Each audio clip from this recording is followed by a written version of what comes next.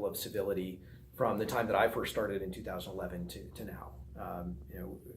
And that may be partly due to the change in the margins in the House and Senate, right? When I first came in, the Democrats had a large majority in both the House and Senate.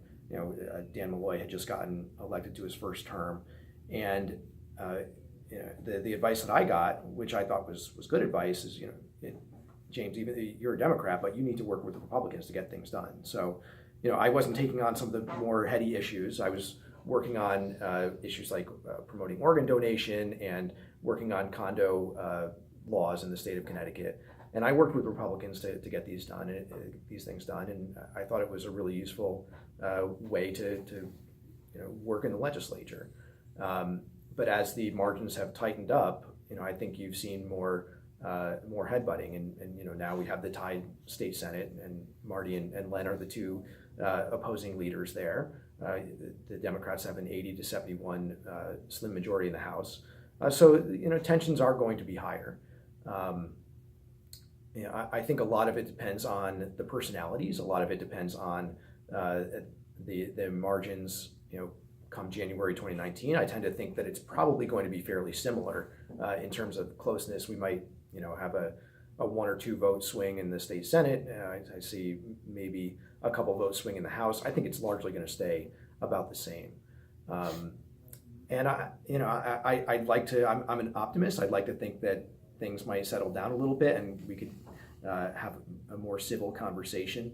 And I can tell you, my philosophy has always been to be civil and work across the aisle.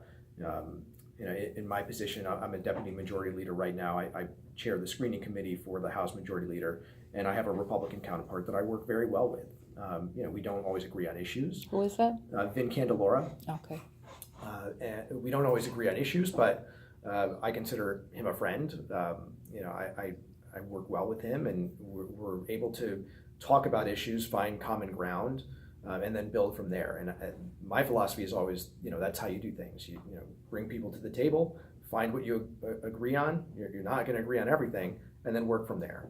And so I hope that can be used as a model going forward. I can't make any guarantees that it will, but that's what I like to do. Do you think that any kind of or any part of the discourse on a national level has made an impact in Connecticut? And by that, I think, whether we agree or disagree, mm-hmm. We can still see that some of that discourse is negative. Mm-hmm. Does that, in your mind, make an impact on the political scene in Connecticut? I think it probably does, and it might be more subconscious than anything. I think if you watch the news, either as an elected official or as some of my constituents that I've certainly talked to over the last couple months, you see people just bickering back and forth, and it angers you. And for many people, the response is to direct that anger at something that they're frustrated about.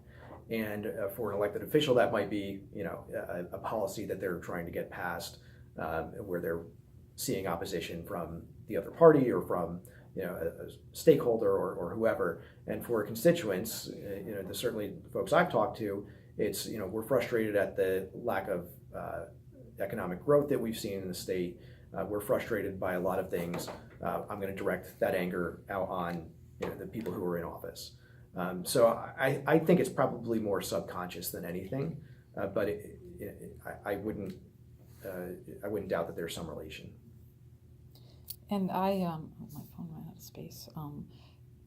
One of the